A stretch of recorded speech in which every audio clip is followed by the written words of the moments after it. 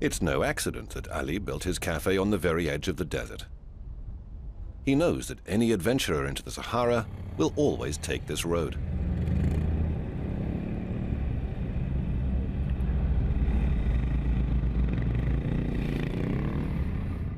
Ali sells water, coffee and Coke, but trading has been slow today.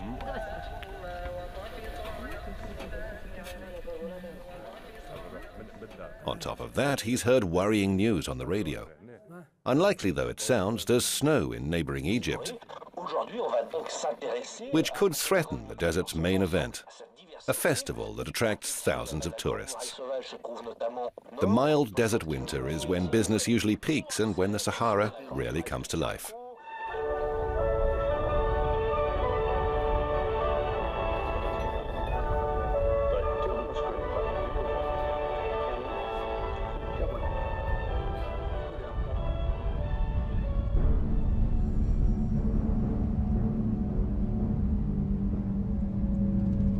Tunisia, a small wedge-shaped slice in the north of perhaps the most famous desert on Earth.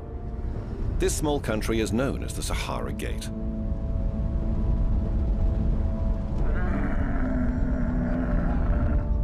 For 50 years, the annual desert festival has taken place here. It's an event that draws people from all surrounding countries. These people's lives are deeply intertwined with the desert. For many, preparations for the festival began 6 months ago.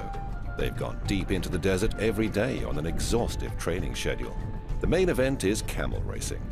Any prize in a sprint race is a great honor, but winning the 42-kilometer marathon is considered especially prestigious. The young boys in the small town of Duz dream of such a victory. Seemingly endless sand dunes begin just beyond the town's borders. Like every other man in the region, Ahmed hopes to win. 2 years ago, he and his camel came first in a sprint race. I'm confident about this part of the race because my camel is quite familiar with the area. I do have some doubts about the long-distance marathon, though. I haven't entered it before with this camel.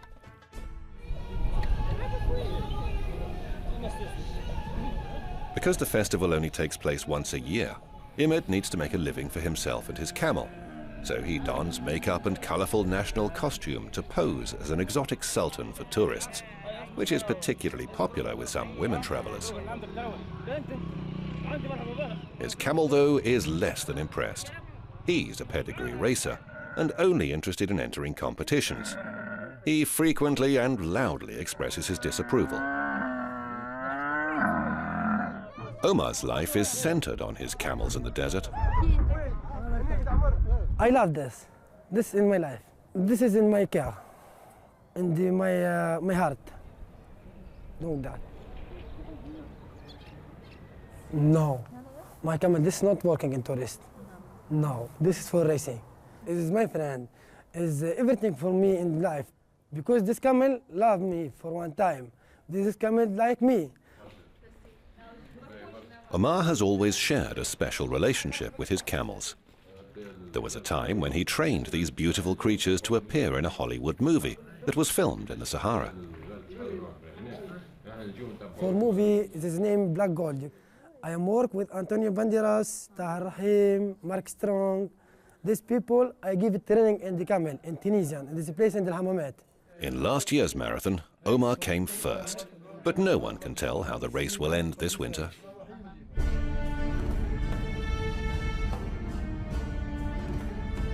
Many people are surprised to learn that it rains in the Sahara. The stereotypical image of the desert is one of endless sand, but there's more to the desert than that.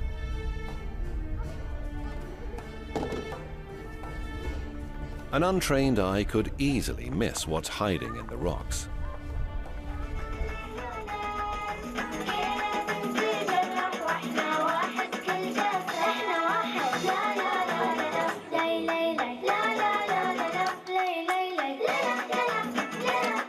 These people's ancestors, seeking shelter from enemies, began to live in caves. There's no one to hide from now, but cave dwellings are still widely used. They're warm in winter and cool in summer. And if you need more space, you can always hollow out another room. The big advantage, though, is that dwellings like this are cheap. This family used to have only one cave, but a few years ago, they occupied another. They have gas and electricity, modern furniture and bathrooms. The water supply, though, can only be used for domestic purposes. They get their drinking water the same way their ancestors did. When it rains, water collects in special reservoirs. And in winter, there's quite a lot of rain.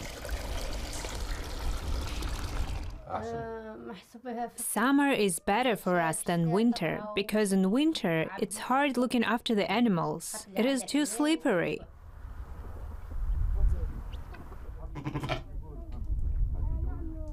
The next cave is for animals to live in. Zina is in charge of the whole household. She looks after her elderly mother-in-law and a daughter-in-law who's not well.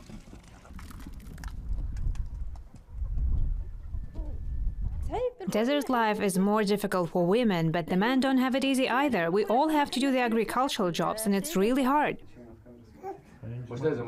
Ibtisam, Zina's elder daughter, helps with everything.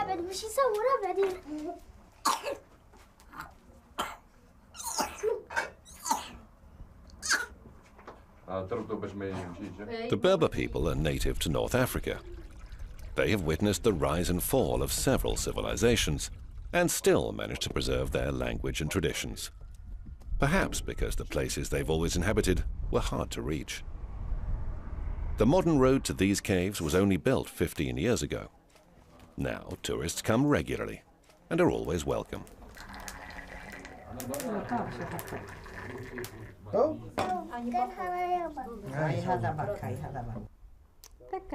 All days look the same to us because they're filled with problems and work. We have to work all the time. Zina has never visited the festival. She has no time for celebrations, although it's not much more than 100 kilometers along a good road from here. Zina will not go into the desert, but the Sahara may well be coming to Zina. The mighty desert is constantly expanding. Along the southern borders, it's growing at almost 50 kilometers per year. Zina's husband is among those who are trying to contain the advancing sand. To hold back the dunes at least a little, he builds fences from palm leaves. Despite these efforts, the desert is slowly but surely gaining ground.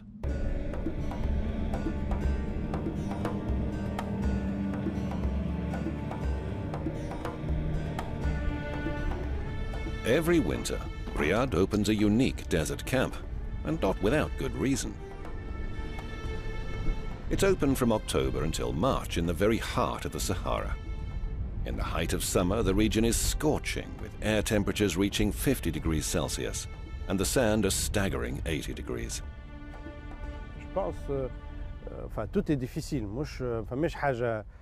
Everything in this camp took a lot of effort. Nothing is easy out here. Merely existing here is very tough. Water is brought from an oasis 23 kilometers away. Tents are set up so that Europeans will be comfortable, but the know-how is borrowed from Bedouins, the nomads of the desert. There are Berber carpets in every tent. We put them there in case a scorpion or some insect tries to get inside. The rugs tend to stop them because they don't like crawling over the rough surface of a carpet. There are no generators or electricity in the camp. The light comes exclusively from candles, the sun, moon, and stars. In every tent, there's a toilet that uses wood shavings instead of water. Now we're flattening the tires to make them wider. That will enable us to get through. If we didn't do that, we wouldn't be able to climb up. For many years, Riyadh used to take part in rallies, but then the desert took from him the most precious part of his life, his 10-year-old son. The boy always went with him on extreme races, but in what would be his last, Riyadh lost control of the car on a dune. The vehicle rolled upside down, killing the young passenger. Riyad hasn't entered a single race since. He found a place in the desert where the sand is a glorious pink, where sunsets and sunrises are exceptional. And that's where he created this unique camp, in memory of his child.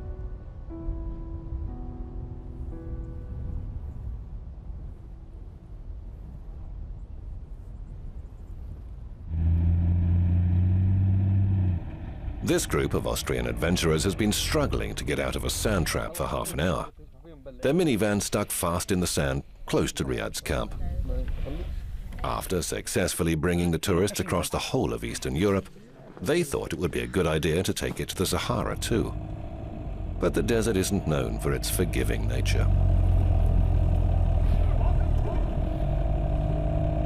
Only the Bedouins are able to navigate this constantly changing landscape. For generations, they've grown up learning the many secrets of Sahara survival. Most are passed from generation to generation, but others can only be learned by trial and error.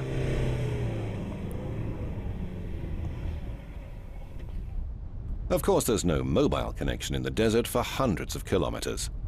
But after climbing this mountain and rounding this rock, travelers find an unusual kind of telephone booth where they can call home, perhaps for the latest news about the festival. Omar's house is full of guests. They're from Algeria and are both friends and rivals. This is a friend from Algerian. His name Hamida. Yeah. This is my father. Your father? Yeah. And this is Belhaj Muhammad from Algerian. And this camel is #1 for last year from him.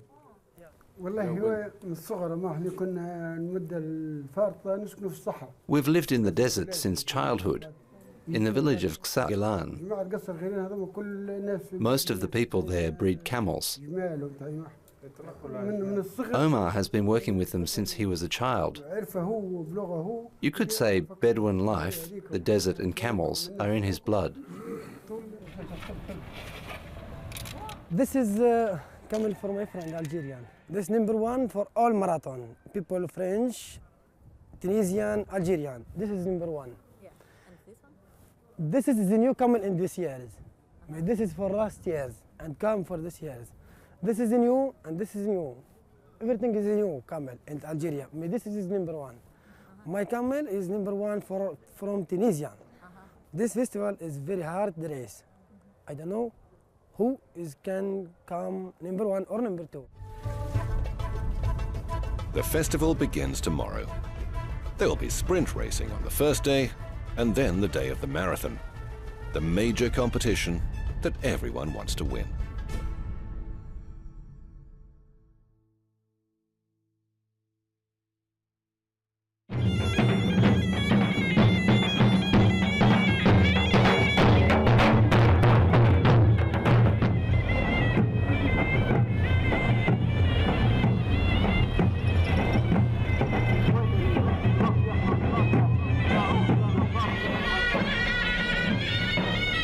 A morning march through the streets of Duz opens the festival.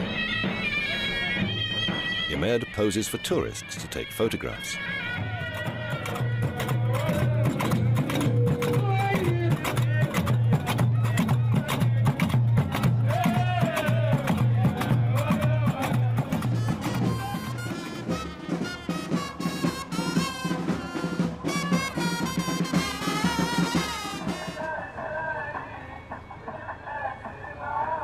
Omar didn't go to the square. You might think that he's unconcerned about all the festival excitement. His day begins as it always does, with morning coffee instead of newspapers or TV news, always at the same time and in the same cafe. It's an Arab man's traditional ritual. They'll discuss the future, horses and camels. Today, though, brings a new topic for conversation. The eagerly anticipated sprint races take place after lunch.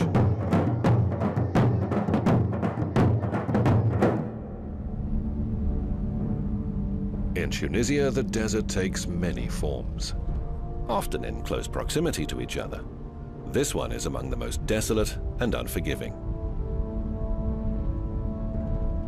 a dry salt lake, where the combination of salt and sand allows no chance for any living creature. In this salt valley, a mirage is easily mistaken for reality.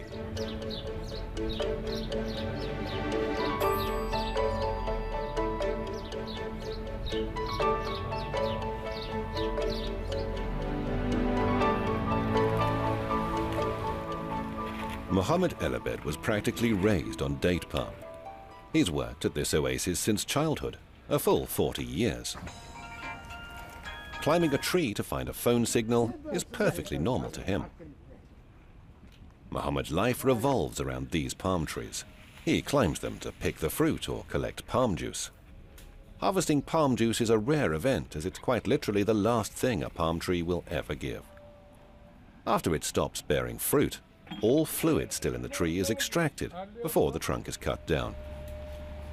The juice is nectar sweet, and a little yeast turns it into a unique and refreshing sparkling palm wine. It's a delicacy that is almost impossible to buy in shops because it can't be kept for long. It very quickly turns sour. There are 2 seasons every year when Mohammed's workload becomes even more than usual. Like a bee, in fact. Of the many palm trees in the oasis, only 2 are male. Mohammed and his colleagues must climb to the top of every single one to pollinate the females with a special brush. Only then can a crop of tasty dates be assured. Respect for the date palm is passed on from generation to generation. My father always said palm trees were everything to us. They're what we mainly live off. Dates are the region's most valuable and lucrative exports, but that's not the only reason they're so important. No other agriculture would be possible in the oasis without the palms. If not for the shade provided by the tall trees, other produce like oranges, lemons, tomatoes and lettuce would never be able to survive under the scorching Sahara sun. The oasis started to change in the 90s. It used to be better, a lot more beautiful, and there was more water. The main problem is that there's much less water here now compared to earlier times. This complex irrigation system uses millions of liters of water every day. 15 different wells supply water to Mohammed's plants. Connecting them is a challenge, but his ancestors came up with a solution as long ago as the 13th century. Desert survival has been a continuing battle for many hundreds of years. It's been estimated that there are more than 100 varieties of date in Tunisia alone. Many believe that these fruits of the palm contain everything you need for life, and people could survive for some time on nothing but dates. The perfect food for a nomadic lifestyle, they're light, nutritious, and can withstand the harsh desert sun. In Duz, people have lunch at noon, after prayers. Today, they'll have only a quick snack. There's no time to waste because the festival is about to begin.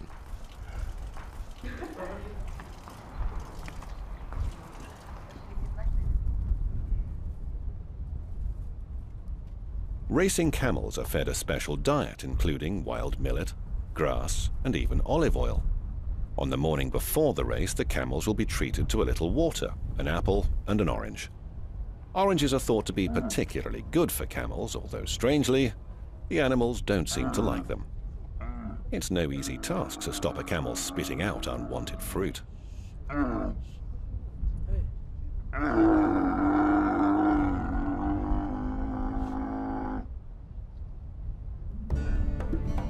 Despite being an important day, the desert has yet another challenge in store. By lunchtime, a strong western wind appeared.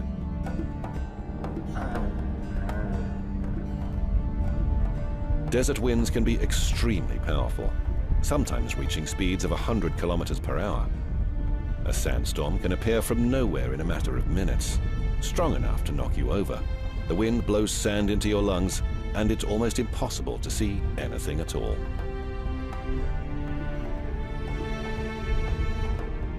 Many years of experience has produced nothing more suited to desert life than a turban. National costume is still respected in this area, where people may saddle their camel and venture deep into the desert for several days, with nothing more than a tent, water, dates, and a turban.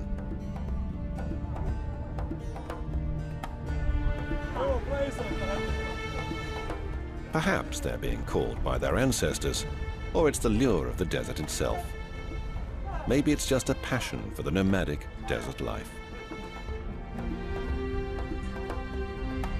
Just like centuries ago, they shelter from the wind behind their camels, and just like their ancestors, treat these graceful animals with respect. Despite being known as Camel Day, horses and dogs also play a part. But camels will always be the main attraction. It's an event that has been running in Tunisia for almost 50 years. There are visitors and participants from far and wide: Algeria, Libya, Oman, Saudi Arabia. The winner of the 42-kilometer marathon will receive a cash prize, but money's not the real motive here. Winning races, especially the marathon, is a matter of honor and prestige. Omar was last year's winner. Maybe I am not his number one today. Maybe I am his number two, I am number three, and number four. I don't know. This is, oh my God. Maybe another time as I am number one. Yeah. In my heart. This is very fast. This is have, now is have not good feeling. Means after, I don't know. Everyone's ready for festivities to begin, but there's a delay. The country's president is expected at the festival. He's traveling from the capital to be here in his original hometown. At last, the head of state arrives, and the festival can get underway.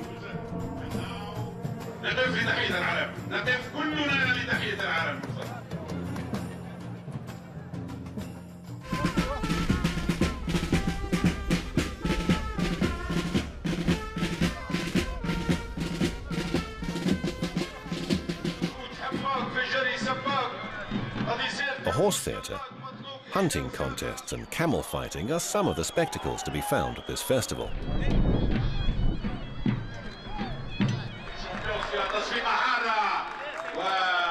Fighting is only possible in winter. During the summer mating season, male camels become particularly aggressive. They'll fight for the females, and without human intervention to pull them apart, it might not end until one of the beasts is killed. Today's main event is a 1,800-meter sprint.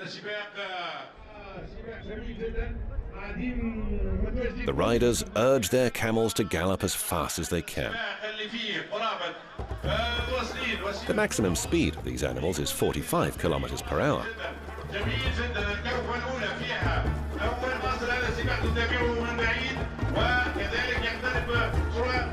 The first camel crosses the finish line in a few minutes. The second, and then the third. Omar is not among the winners. Something's gone wrong. I out for racing. I stopped there. Yeah. Because it's having horses. Horses come and out and enter for the wood and the camel. And my camel is scared. Omar's camel also seems a little upset. This camel, you know what you do, what you can do, everything, you understand? Yeah.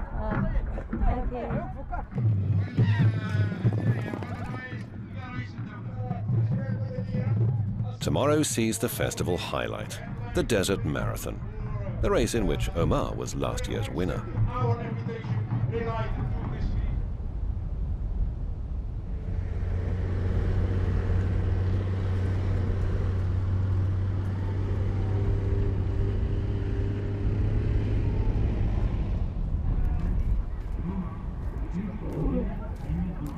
That is camel number one is last year. That camel. Look, that camel there. This is number one for last year. Today, I don't know.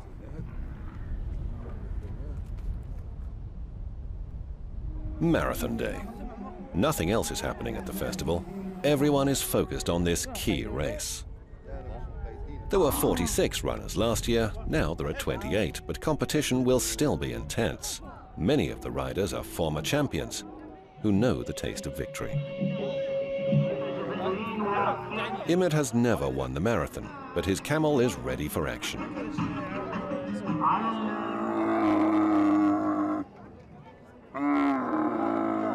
The animals are examined by vets.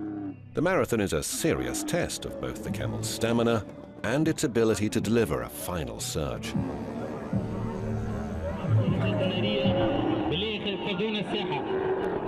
It's not uncommon for a camel to be so tired by the end of the long-distance race that the rider has to dismount and lead the beast of burden by hand.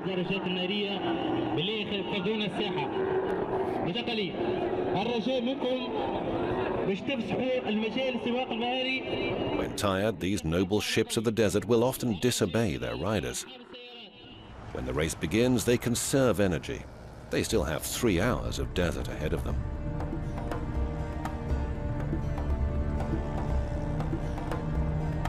Omar didn't win this year, but in the Sahara, people acquire a philosophical approach to life's victories and defeats. When the festival ends, Omar will take his camel into the desert for several days.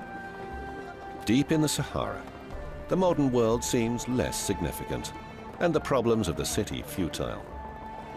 Life takes on a very different meaning for those who live in the desert.